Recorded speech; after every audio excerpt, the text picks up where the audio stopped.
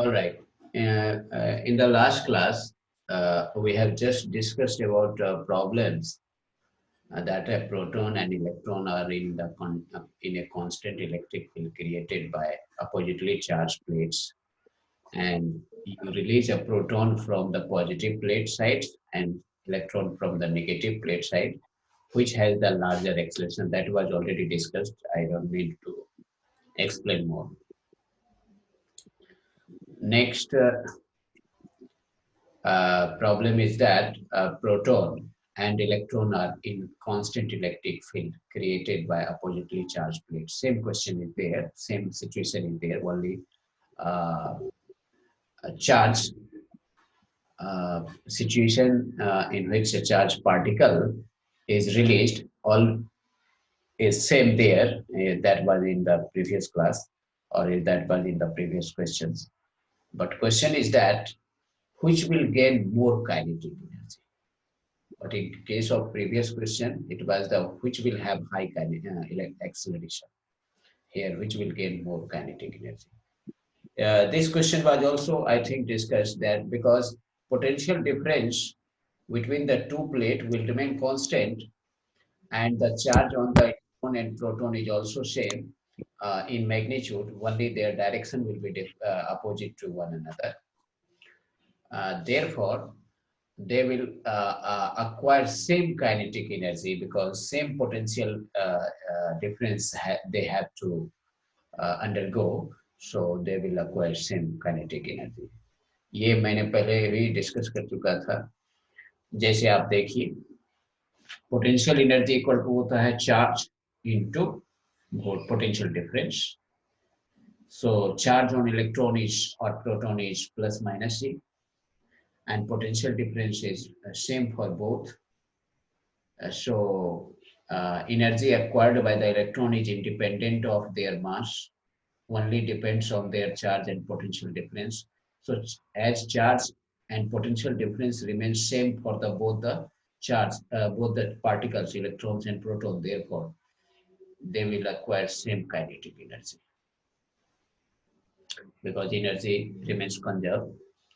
So next, next topic is that electrostatic potential energy and potential difference. कुछ real life से related कुछ example लेते हैं, उसके बाद आगे बढ़ेंगे। Electrical resources such as batteries and generator supply a constant potential difference across the circuit. Here are some typical potential differences, both natural and manufactured. Natural क्या है? थंडर क्लाउड टू ग्राउंड, यानी एक क्लाउड है एक ground है, इन दोनों के बीच में एक पोटेंशियल डिफरेंस है। Just like negative and positive plate की तरह ये भी काम कर रहा है। बादल जो है पॉजिटिव प्लेट है और ग्राउंड जो है नेगेटिव प्लेट, इसको मान लीजिए।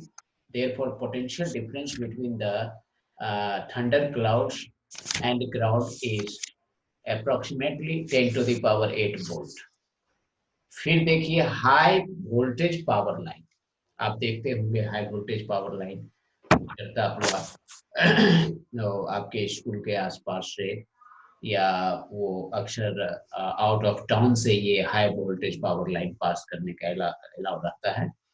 तो हाई वोल्टेज पावर लाइन को जब हम सप्लाई देते हैं तो उसका वोल्टेज जो पोटेंशियल डिफरेंस जो रहता है वो 10 to the power 5 to 10 to the power 6, इसलिए वो डेंजरस होता है। जबकि हम लोग घर पर काम करते हैं 420 220 वोल्ट पर काम करते हैं और आपके ट्रांसफार्मर के पास 440 वोल्ट का सप्लाई आता है। तो आज यहाँ पर ये देखिए कि 10 to the power 5 and 10 to the power 6 लगभग एक लाख वोल्ट का हो गया, तो ये डेंजरस माना जाता है। चूंकि हाई वोल्टेज पावर लाइन को बहुत दूर तक पावर को भेजना होता है, तो जब डिस्टेंट प्लेस पर पावर को भेजना है तो करंट को लो कर देते हैं, वोल्टेज को हाई कर देते हैं। इससे क्या होता है कि पावर का लॉस कम होता है, क्योंकि करंट को हाई कर देंगे तो रेसिस्टेंस वहां ज्यादा काम करने लगेगा। इसीलिए तो इस केस में हाई पावर वोल्ट लाइन का पोटेंशियल डिफरेंस लगभग 1 लाख वोल्ट के करीब होगा। फिर power supply for TV tube, और टीवी ट्यूब को जो पावर सप्लाई हम देते हैं वो almost 10 to the power 4 volt. Automobile ignition है। Sohan. Hello hello, Yes, automobile sir. Ignition, इसमें भी वही है जितना टीवी को देते हैं, ऑटोमोबाइल में इग्निशन जैसे चाबी दे के घुमाते हैं तो वहां पर एक पोटेंशियल डिफरेंस चाहिए इग्निशन स्टार्ट होने के लिए, तभी तो फ्यूल में इग्निशन शुरू होगा तो रिएक्शन शुरू होगा तो फिर पिस्टन काम करने लगेगा, इंजन वर्क करने लगता है। लेकिन उसको स्टार्टिंग के लिए एक पोटेंशियल डिफरेंस चाहिए जो स्पार्क क्रिएट करता है। फिर हाउस होल्ड आउटलेट्स में 10 to the power 2 वोल्ट्स का सप्लाई हम देते हैं। ऑटोमोबाइल बैटरी 12 वोल्ट का होता है। उसके बाद फ्लैश लाइट बैटरी 1.5 वोल्ट, और resting potential across nerves membrane. देखिए आपके शरीर में भी जैसे ठोकर लग जाता है तो उसकी इंफॉर्मेशन इलेक्ट्रिकल सिग्नल के फॉर्म में ही आपके ब्रेन तक पहुंचता है, तो वो कितना पोटेंशियल डिफरेंस होता है नर्व्स के अक्रॉस, नर्व्स मेम्ब्रेन के अक्रॉस, तो वो है 10 to the power -1 वोल्ट। फिर है potential changes on skin, skin पर भी पोटेंशियल का चेंज होता है जिसकी वजह से आप स्पर्श को महसूस कर पाते हो, टच को महसूस कर पाते हो। तो ये सभी कुछ एग्जाम्पल था पोटेंशियल डिफरेंसेस का in our day to day life. So now we move on electrostatic potential energy and potential difference. अब समझ लीजिए कि suppose an electron in cathode ray tube, जो पहले का टीवी हुआ करता था, तो दो प्लेट है, एक पॉजिटिव प्लेट है एक नेगेटिव प्लेट है, एक हाई पोटेंशियल पर है एक लो पोटेंशियल पर है, और दोनों के बीच जो पोटेंशियल डिफरेंस है वो है 5000 volt and is accelerated from rest, यानी एक इलेक्ट्रॉन यहां से एक्सेलरेट होता है from negative plate towards positive plate through a potential difference VB minus VA, क्योंकि फाइनल पोटेंशियल VB होगा और इनिशियल पोटेंशियल VA होगा, so potential difference is this one, so that will be 5000 volt plus में। Question है what is the change in electric potential energy of the electron। ये तो potential difference है, this is potential difference, potential means what, energy पर unit charge, amount of work done in bringing unit positive charge from infinity to this plate and from infinity to this plate, यही इसका potential हुआ। तो potential difference हमें मालूम हो गया। Now what is change in energy, तो so far as we talk about energy in electric potential region और electric field, we just multiply potential difference with electric charge. So as electron has electric charge 1.6 into 10 to the power -19 coulomb in magnitude, so energy acquired by the electron will be 1.6 into 10 to the power -19 coulomb into potential difference, क्योंकि W upon Q equal to V होता था, इसलिए W equal to Q into V हो जाएगा, and W is work done and work is just equal to energy acquired by the electron when released from negative plate to positive plate। और एक बात ध्यान रखिए, जैसे ही इस प्लेट का नेगेटिविटी को 0 कर दिया जाए, इस प्लेट का भी पॉजिटिविटी को 0 कर दिया जाए, देन अगर यहाँ से इलेक्ट्रॉन को रिलीज कर भी दे तो this electron will not move towards this plate because there is no potential difference between the two plates, so electron needs energy to move from one plate to another plate, so from where this energy will come, that's why when we separate equal and opposite charge through a certain distance, it means in separating we have to do work, and that much work done is stored as potential energy across the two plates. The same thing happens in the invention of battery. Battery में क्या किया गया था, दो charge को केवल separate किया गया। एक, इसलिए बैटरी में दो टर्मिनल होता है, एक पॉजिटिव टर्मिनल, एक नेगेटिव टर्मिनल। बैटरी में इलेक्ट्रोलाइट्स जो यूज किया गया, उसमें जो केमिकल एनर्जी है, उसमें से जो आयन जब क्रिएट हुआ तो पॉजिटिव आयन एक प्लेट पर अकुमुलेट हो गया, नेगेटिव आयन एक प्लेट पर अकुमुलेट हो गया, पोटेंशियल डिफरेंस क्रिएट हो गया। जब तक अब अकुमुलेट नहीं हुआ तब तक कोई पोटेंशियल डिफरेंस क्रिएट नहीं हुआ। तो दिस इज द फैक्ट। अब आगे बढ़ते हैं। तो इलेक्ट्रॉन की मास भी दिया हुआ है, तो हमें ये पूछ रहा है change in potential energy of electron. दूसरा कहता है what is the speed of electron. तो change in potential energy of the electron equal to क्या हो जाएगा, VV माइनस VA into charge on electron, direct. और अब उसका काइनेटिक एनर्जी क्या होगा, तो this energy is just equal to half mv²। तो उससे इक्वेट कर देंगे, तो हाफ mv² से इक्वेट करेंगे तो हमें V निकालना है, तो V निकल आएगा। That is QV equal to half mv²। V यहाँ पर स्पीड हो गया, तो V इक्वल टू हो गया 2 into m into QV divided by m। अभी देख लो। Okay, this is the result. Amount of energy that was changed while electron moving from one plate to another plate was this one. अब पूछ रहा है change in kinetic energy कितना होगा, क्योंकि energy according to conservation of energy there were no change in kinetic energy, no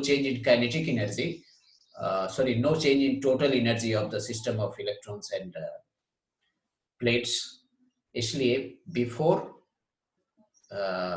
releasing the electron, total energy was 0 for the electron, total kinetic energy of the electron was 0, and after releasing, electron reached to the positive plate. Just before positive plate, electron has non-zero kinetic energy. So difference in kinetic energy is just equal to work done according to work energy theorem, and this work done is expressed as delta U equal to Q del V।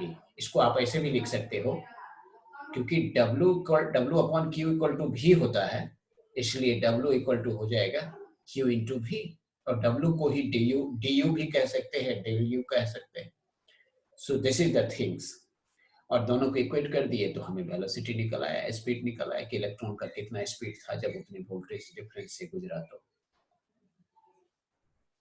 इसके बाद अब देखिए relation between electric potential and electric field. क्योंकि मैंने कहा था कि electric potential always associated with a certain kind of field, और simply potential is always associated with certain conservative field.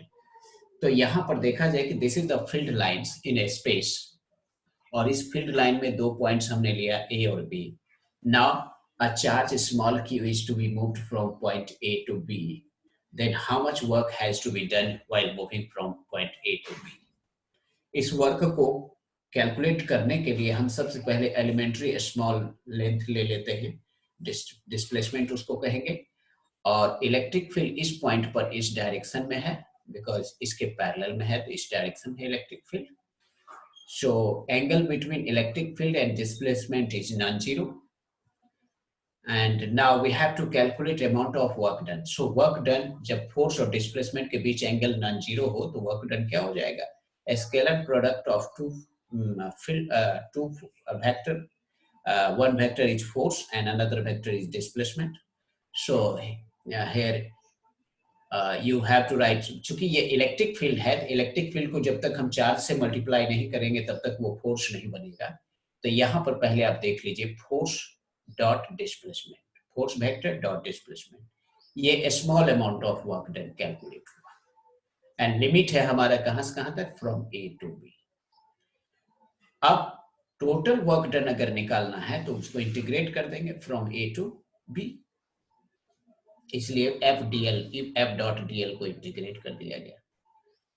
अब हमें F को रिप्लेस कर देना होगा, because F is external force that we have to apply in order to move this charge from here to here.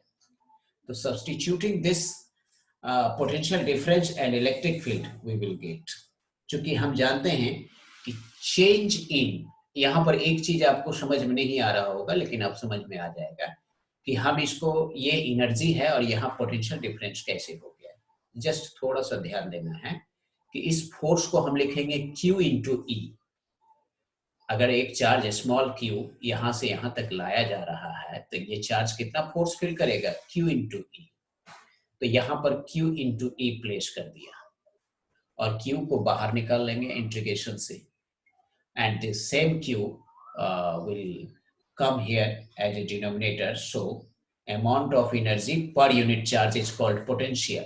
तो अब ये हो जाएगा UB minus UA divided by Q equal to minus integration A to B E dot dl हो जाएगा, जो कि ये रिजल्ट हो गया। Now UB upon Q is equal to VB and UA upon Q equal to VA. So now this is potential difference between point B to A, that is equal to VB minus VA equal to, ये important है, इसलिए हम ये कह सकते हैं कि electric potential at any point in the space is just expressed as line integral of electric field. line मतलब यहाँ पर लेंथ लिए है, इसलिए line integral of electric field हम कहेंगे। और इसी को बाद में हम जनरलाइज करेंगे कि अगर point A was situated at infinity and point B is situated at a distance r, small r from the source charge, तो हो जाएगा infinity to r। इसलिए ये जनरलाइज फॉर्मूला है, इसी को आगे फिर पढ़ेंगे। So relation between electric field, electric potential and electric field, अब इन दोनों के बीच के रिलेशन को जरा समझा जाए, जिसको हम कहते हैं इलेक्ट्रिक पोटेंशियल ग्रेडियंट। क्योंकि मैंने कहा था कि एक ही एस्पेक्ट को एक वेक्टर फॉर्म में एक्सप्रेस कर सकते हैं और स्केलर फॉर्म में भी एक्सप्रेस कर सकते हैं। सो वे वेक्टर फॉर्म तो हम इलेक्ट्रिक फील्ड को समझ चुके थे, लेकिन अब स्केलर फॉर्म और वेक्टर फॉर्म के बीच में रिलेशन क्या है, क्योंकि हमने कहा था कि एनर्जी स्केलर है, लेकिन एनर्जी का ही इफेक्ट है फोर्स, जो कि वो खुद वेक्टर हो गए। इसलिए जरूर ये दोनों एक दूसरे से कोरिलेटेड है। इसलिए यहाँ पर जरा ध्यान दिया जाए कि अगर किसी चार्ज को से स्मॉल अमाउंट ऑफ चार्ज है small q is brought from positive plate to negative plate, जबकि दोनों के बीच में कांस्टेंट इलेक्ट्रिक फील्ड E है। ऐसा करने में जो वर्क डन होगा उसको हम कैलकुलेट करते हैं। तो work done will be equal to force into displacement. Force क्या होगा, Q इंटू E फोर्स हो गया, इंटू डिस्प्लेसमेंट क्या है, D है, दोनों प्लेट के बीच की सेपरेशन D। तो Q into E into D equal to force, and that force will be just equal to work done. So work done equal to हम क्या लिखेंगे, Q E D. So W upon Q equal to ED. So we can write that W upon Q को हम कहेंगे potential difference, that is VBA. क्योंकि हम B से A की ओर ला रहे हैं तो नेगेटिव हो जाएगा, because amount of work done in bringing positive charge। Hello, अभी क्लास ले रहे हैं, ठीक है, बाद में बात करो। Yes, try to understand. ये मैं डिस्कस कर रहा था कि amount of charge small q is to be brought from point negative plate to positive plate, so force will be opposite to the displacement, that's why this is the negative। अब अगर इसी को ऐसा लिख दें कि E इक्वल टू हो जाएगा माइनस dV अपॉन dr या माइनस VB अपॉन D, तो electric field can be expressed as negative gradient of potential. इसी को मैथमेटिकल फॉर्मूला में VB अपॉन D को हम लिखते हैं E equal to minus dV upon dr, जिसको हम पोटेंशियल ग्रेडियंट कहते हैं। So electric field can be expressed as negative of potential gradient.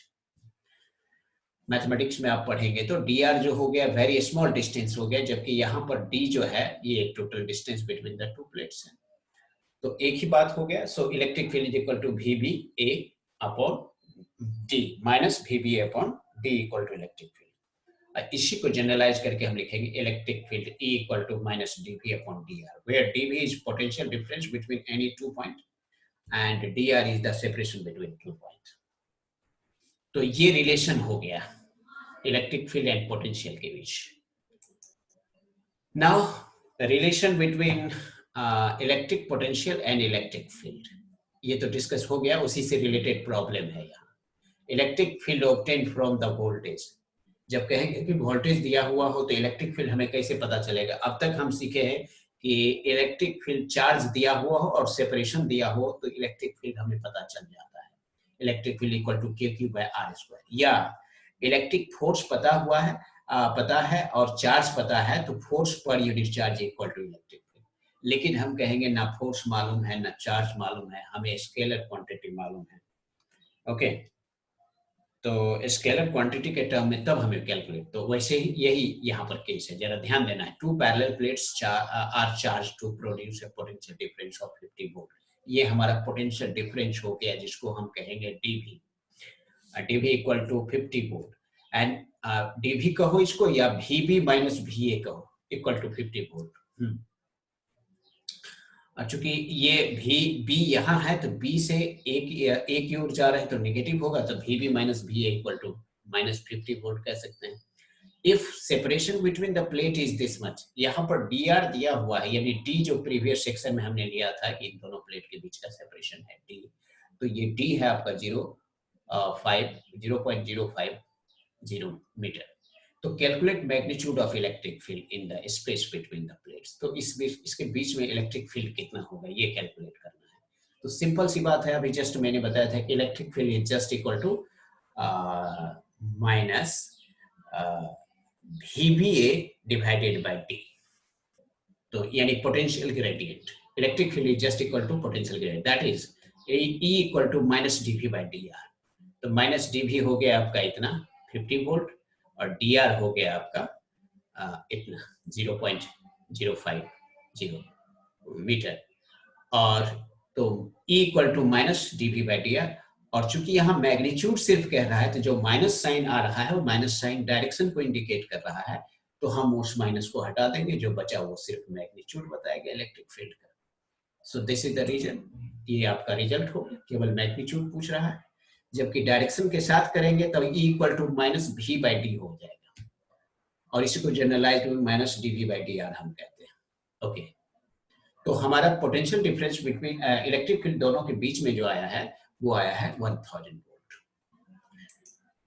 अब आप देखें relation between electric potential and electric field, ये तो डिस्कस कर ही दिया गया है. अब आप ये देखिए चार्ज कंडक्टिंग स्फीयर है एक, जिसका रेडियस r0 है. Determine potential at a distance r from the centre of uniformly charge conducting sphere of radius r. तो हमें कहाँ पोटेंशियल डिटरमाइन करना है. एक r ग्रेटर देन r0 यानी कि आउटसाइड द कंडक्टिंग स्फीयर. दूसरा at r equal to r0, इसका मतलब on to the surface of conducting sphere. और तीसरा r is smaller than r0, that means inside the conducting sphere. So total charge on sphere is q. Total charge हमें दिया हुआ है, हमें electric field outside निकालना है, ऑन टू द सरफेस निकालना है, इनसाइड निकालना है. जैसा कि हमने पहले ही पढ़ा चुका है कि आउटसाइड जो होगा इलेक्ट्रिक फील्ड वो हो जाएगा KQ बाय R. ये कैसे होगा ये आप समझिए. पहले अभी इसको एक्सप्लेन करते हैं, क्योंकि अभी आप ये पढ़े नहीं हैं, इसलिए ये देखिए. हमें इलेक्ट्रिक पोटेंशियल डिफरेंस कैलकुलेट करना है. पहले जो हमने बताया था कि electric potential is just equal to A to B into E dot dl. Previous page में अभी जस्ट मैंने डिस्कस किया है. देखो यहाँ ये देखो, ये रिलेशन हम लेके चल रहे हैं, और इसी को जनरलाइज करते हैं कि अगर एक पॉइंट को इंफिनिटी पर रख देते हैं, अब B को R डिस्टेंस पर रख देते हैं, तब ये हो जाएगा V, सिर्फ V हो जाएगा. कहाँ पर? At point B. So VB equal to infinity to B यानी R and E dot dl. उसी को यहाँ यूज किया गया. ये देखिए, so electric potential at a distance r is given है. चूंकि इंफिनिटी पर पोटेंशियल 0 होता है, पोटेंशियल का एक्सप्रेशन आपको लास्ट क्लास में भी हमने बताया था KQ बाय आर, ये पोटेंशियल का एक्सप्रेशन था ड्यू टू पॉइंट चार्ज। तो उसको इन्फिनिटी से आर तक लाने में कितना वर्क होगा, ये वैल्यू यहाँ प्लेस कर दिए, तो ये हो गया आपको इन्फिनिटी टू आर। अब electric field at a distance R पर कितना होगा, तो Q/4 pi epsilon naught R square, तो यहाँ पर Q/4 pi epsilon naught R square place कर देते हैं।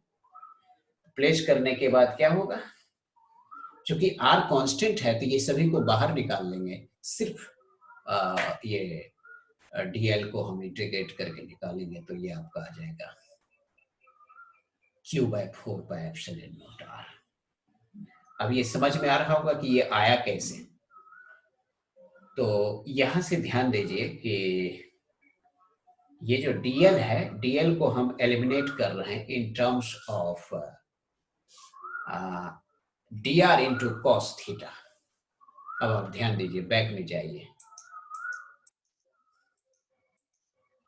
ये देखिए, अगर इन दोनों के बीच में एंगल है थीटा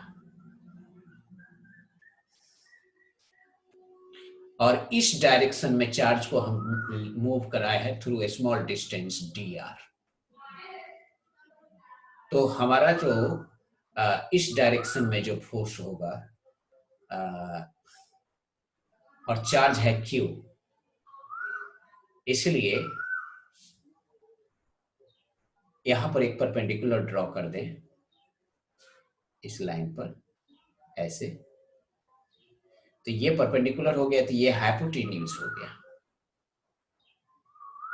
तो ये ध्यान दीजिए, dr परपेंडिकुलर, dr बेस हो गया और dl हाइपोटेन्यूज हो गया, इसलिए dr बेस अपॉन हाइपोटेन्यूज यानी dr upon dl equal to cos theta, इसलिए dr equal to dl cos theta.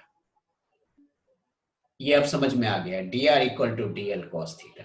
इतना अगर आप समझ गए हो तो अच्छी बात है। अब आप देखिए, जब इतनी बात आप समझ गए हो तो E डॉट dl को हम क्या लिख सकते हैं, E dl cos थीटा, ऐसा तो लिख ही सकते हैं। और E डॉट dl को हम लिखेंगे E dl cos थीटा, और dl cos थीटा की जगह पर हम प्लेस कर देंगे dr। तो वही केस यहां पर आया है, आपको वही एक्सप्रेशन आप याद रखेंगे। यहां पर dl की जगह पर हमने रख दिया है dr, क्योंकि E dot dl equal to हो जाएगा E dl cos थीटा और dl cos theta equal to हो जाएगा dr। Now we have E dr। अब E का वैल्यू है Q/4 pi epsilon naught R square और इंटू dl cos थीटा की जगह पर dr प्लेस कर दिए। अब इसमें से जो कांस्टेंट है उस कांस्टेंट को बाहर निकाल दीजिए, Q/4 pi epsilon naught R square बाहर निकल गया। अब हमें रिजल्ट मिला है Q/4 pi epsilon naught R prime, और लोअर लिमिट इंफिनिटी है, अपर लिमिट r है। तो अब इसको जब पुट करेंगे अपर लिमिट लोअर लिमिट तो हो जाएगा 1 by infinity equal to 0, upper limit हो जाएगा 1 बाई r, तो ये हो गया Q/4 pi epsilon naught r। This is electric potential at a point outside the sphere due to charge sphere Q। So outside the sphere, we see that electric potential is inversely proportional to distance, and because all the quantity involved in the expression is constant except r. अब आते हैं next, we have to find out electric potential at point B. That is, at point B means क्या, onto the surface of conducting sphere. तो जब B पर हम आते हैं, सरफेस पर जब हम आते हैं, ये देखिए अभी यहां पर हमने कैलकुलेट किया eight a distance R A से आर बी तक हम ले जाने में जो वर्क किया वो कैलकुलेट किया। अब हम यहां पर आ जाते हैं on to the surface, then R becomes equal to R naught. तो हमें करना क्या है कि उसके एक्सप्रेशन में केवल आर की जगह पर आर नॉट प्लेस कर देना है। ये देखिए, अब हम सेकेंड क्वेश्चन बी का जब कैलकुलेट कर रहे हैं तो हमें आर की जगह पर आर नॉट प्लेस कर देना है, बिकॉज अब हम सरफेस पर आ गए हैं तो उसका वैल्यू पुट करते हैं। तो यहाँ पर हमने देखा कि all the terms involve all are constant for the given sphere, इसलिए मैक्सिमम हो जाएगा electric potential at this point on to the surface. अब हम इनसाइड की बात करते हैं। जब हम इनसाइड में जाते हैं तो इलेक्ट्रिक फील्ड जीरो इनसाइड में होगा, क्योंकि पहले गॉस लॉ का हमने अप्लाई किया था कि जैसे ही हम अंदर जाएंगे तो electric field inside the conducting shell या solid sphere, conducting sphere is zero. Inside में इलेक्ट्रिक फील्ड जीरो होगा। तो जब इलेक्ट्रिक फील्ड ही जीरो होगा तो ई जीरो हो गया है तो पोटेंशियल डिफरेंस भी जीरो हो जाएगा, पोटेंशियल भी जीरो हो जाएगा, इसीलिए पोटेंशियल जीरो हो जाएगा। अब बताइए यहां पोटेंशियल जीरो क्यों नहीं हुआ, इसको समझना है ऐसे। हमने अभी बताया था कि electric field is expressed as -dV/dr। तो चूंकि अभी हमने निकाला है इनसाइड में electric field must be equal to -dV/dr, लेकिन हमने गॉस लॉ का अप्लाई करके इनसाइड में इलेक्ट्रिक फील्ड निकाला है zero. So -dV/dr equal to zero. तो किसी चीज का डिफरेंशिएशन अगर जीरो हो रहा है तो इसका मतलब है कि वो क्या चीज होगा, वो कांस्टेंट होगा। This implies that things will be constant. और यही वजह है कि ये वैल्यू आपको इतना आ जाएगा। और यहां से इस रिजल्ट को लेके चलते हैं तो इंफिनिटी टू आर नॉट, और ये वैल्यू पुट करिए तो यहाँ इलेक्ट्रिक फील्ड भी वैरी करेगा, वैरी करते हुए हमें इस रिजल्ट पर पहुंच जाएंगे। ओके, तो यहाँ पर क्या होगा कि इंफिनिटी से हम कहाँ ला रहे हैं, आर नॉट तक ला रहे हैं। तो आर नॉट तक ला रहे हैं तो आर प्राइम की जगह पर आर नॉट अपने आप चला जाएगा। अब आइए ग्राफ प्लॉट करेंगे, relation between electric potential and electric field. तो इलेक्ट्रिक फील्ड पर जब ग्राफ प्लॉट कर रहे थे कंडक्टिंग स्फीयर के केस में, तो कंडक्टिंग स्फीयर में इनसाइड में इलेक्ट्रिक फील्ड जीरो होता है। कहां से कहां तक, from zero centre to surface तक में। तो सेंटर पर जीरो आर है, आप सरफेस पर आते हैं तो आर नोट हो जाता है, इसलिए यहां से यहां तक इलेक्ट्रिक फील्ड जीरो होगा। लेकिन जैसे ही हम सरफेस पर आते हैं तो electric field becomes maximum, that is K Q upon R naught square, ये मैक्सिमम हो गया। और जैसे ही सरफेस से बाहर जाते हैं तो electric field decreases as inversely square of distance. तो ये ऐसे हो गया। ये तो इलेक्ट्रिक फील्ड का ग्राफ था। अब पोटेंशियल का ग्राफ अगर ड्रॉ करें तो पोटेंशियल के ग्राफ में क्या है कि हमने देखा कि इनसाइड से सरफेस तक में इलेक्ट्रिक पोटेंशियल कांस्टेंट था। ये देखिए ये कांस्टेंट वैल्यू आ गया, क्योंकि सब के सब कांस्टेंट ही है। ये from centre to R naught तक में ये कांस्टेंट ही रह जाता है, इतना ही वैल्यू रह जाएगा। एक तो ये प्रोसेस है। दूसरा प्रोसेस हमने क्या बताया है कि इनसाइड में इलेक्ट्रिक फील्ड जीरो है, इसलिए हम इसको इक्वेट कर देंगे E equal to -dV/dr equal to zero. इसलिए dV differentiation of V equal to zero, that means V is constant and V equal to what, that is equal to Q/4πε0 R naught. तो from center to surface of a sphere electric potential remains constant, and वो भी कितना, maximum value Q/4πε0 R note.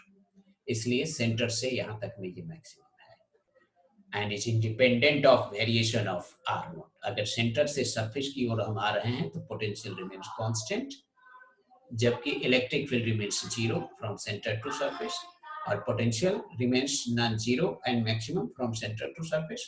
और जैसे ही surface से बाहर जाते हैं तो potential becomes inversely proportional to R, जैसा कि यहाँ है। ये देखिए हाँ, ये inversely proportional to R outside the sphere. तो ये आपका ग्राफ है पोटेंशियल का। दोनों में फर्क क्या है, electric field is inversely proportional to a square of distance, potential is inversely proportional to distance, therefore graph of potential will be less steeper than the graph of electric field for the same parameter. अब आपका है relation between electric potential and electric field, break down voltage है, ये सब discuss करेंगे आगे। जरा इसे हम अपलोड करेंगे, इसको रीड आउट करना है, अगर समझ में नहीं आएगा तो फिर डिस्कस करेंगे आगे। और उसी का एक्सप्लेनेशन यहाँ है।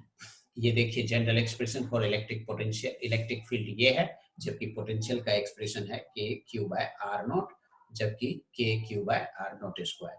और जनरलाइज करें तो के क्यू बाय आर स्क्वायर, और यहाँ हो जाएगा K Q by are. Okay, अब है electric point charge and electric potential. तो जैसा कि पहले ही हमने डिस्कस कर दिया कि to find the electric potential due to point charge we have to integrate the field along the field line, यानी लाइन इंटीग्रल को हमें कैलकुलेट करना है। Electric potential between any two point in a given field is just equal to line integral of electric field between two points. तो ये तो पहले से आप फैमिलियर हैं ही इस एक्सप्रेशन से, और ये एक्सप्रेशन हम जान ही रहे हैं। फर्क क्या है, हमको कहां से कहां तक मूव करना है, फ्रॉम चार्ज से आर टू आर ए पर हैं हम। Point A is at a distance of R A from the charge Q, ये क्यू को सोर्स चार्ज हम कहेंगे, point charge. Now we have to move from A to B, B is at a distance of R B, और इसलिए हमारा limit हो जाएगा R A to R B. और E डॉट डी एल बता ही चुके थे, E dot D L equal to E D L cos theta, और डी एल कॉस थीटा की जगह पर आप डी आर प्लेस कर देंगे, और इसलिए आपका रिजल्ट ये आ जाएगा माइनस क्यू बाय 4πε0 बाहर आ गया, R A R B upper lower limit upper limit हो गया, और यहाँ ये वैल्यू है। इंटीग्रेट जब करते हैं तो हमें रिजल्ट ये आता है। दिस इंप्लाइज दैट ब्रैकेट को जब तोड़ेंगे तो हमें मिलेगा Q upon 4πε0 RB minus Q upon 4πε0 RA। तो ये एक टर्म होगा पोटेंशियल एट B, दूसरा टर्म होगा potential at A। So this indicates potential difference between the point A and B। और इसका ग्राफ देखिए, setting the potential to zero at infinity, क्योंकि R को अगर इंफिनिटी कर दे तो potential becomes zero and gives the general form of potential due to the point charge. So we take the 2 points B at infinity and A at RA equal to R, तब हमें result मिल जाता है कितना, V equal to 1/4πε0 Q by R।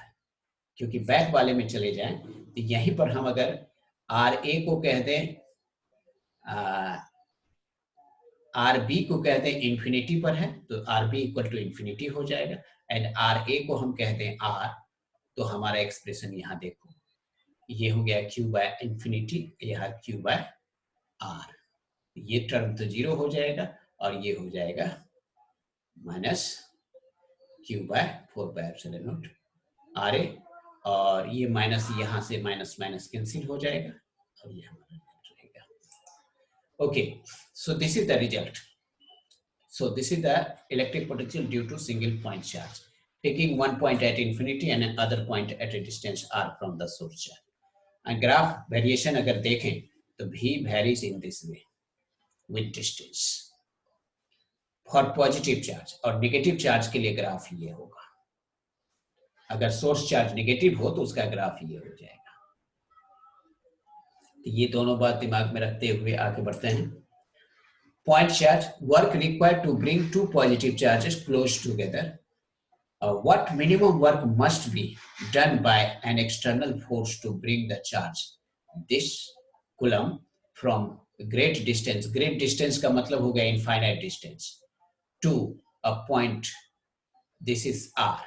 ये देखो RB equal to infinity or RA equal to 0 पर this much from the charge this, और ये चार्ज आपका सोर्स चार्ज हो गया। अब बताइए क्या कैसे निकालेंगे आप मिनिमम वर्क। मिनिमम वर्क का मतलब वही हो गया पोटेंशियल कैलकुलेट करने के लिए कहता है, तो V इक्वल टू के क्यू बाय आर डायरेक्ट निकाल ले। के आपका हो गया, के का वैल्यू मालूम है, क्यू ये आपका दिया हुआ है, इसका कोई जरूरत नहीं है, ये डायरेक्ट आपका आ जाएगा K Q by R minimum work. Potential आ जाएगा, पोटेंशियल से आप अपना कैलकुलेट कर लेंगे, इससे ज्यादा मिनिमम वर्क नहीं हो सकता है। So just we have to calculate minimum work means मतलब अमाउंट ऑफ